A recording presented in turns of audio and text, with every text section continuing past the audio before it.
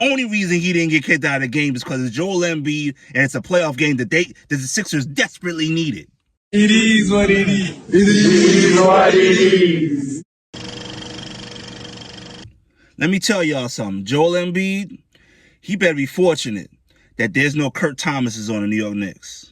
He better be fortunate that there's no Anthony Masons, no Charles Oakleys, no X-Mans, no Ewings on the New York Knicks, no PJ Browns on the New York Knicks. Because if that were the case, he would have caught a forearm shiver next time down the court. Because in the old days, whether it was Riley or Van Gundy, they would have sent in their goon to handle that. He only did that because he's protected in this league. That was a disgrace, what he did. One of the dirtiest plays in the history of the NBA. At least the recent NBA.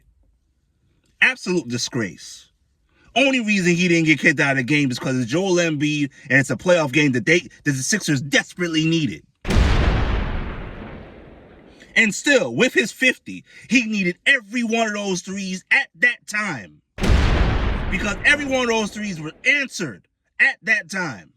With their version of the three, whether it's Brunson or whoever, or a tough two. Every one of those buckets he needed. Every one of those foul shots, went to the foul line, 21 times? Needed every single one of those buckets. Every single one. The fact that the sports media is not really getting on about this is a disgrace. And it shows you the bias against the New York Knicks.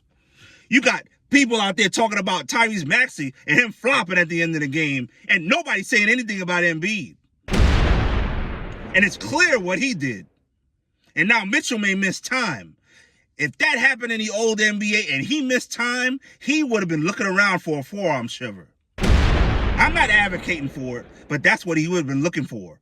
A Charles Oakley, or X-Man, or a PJ Brown, or Anthony Mason.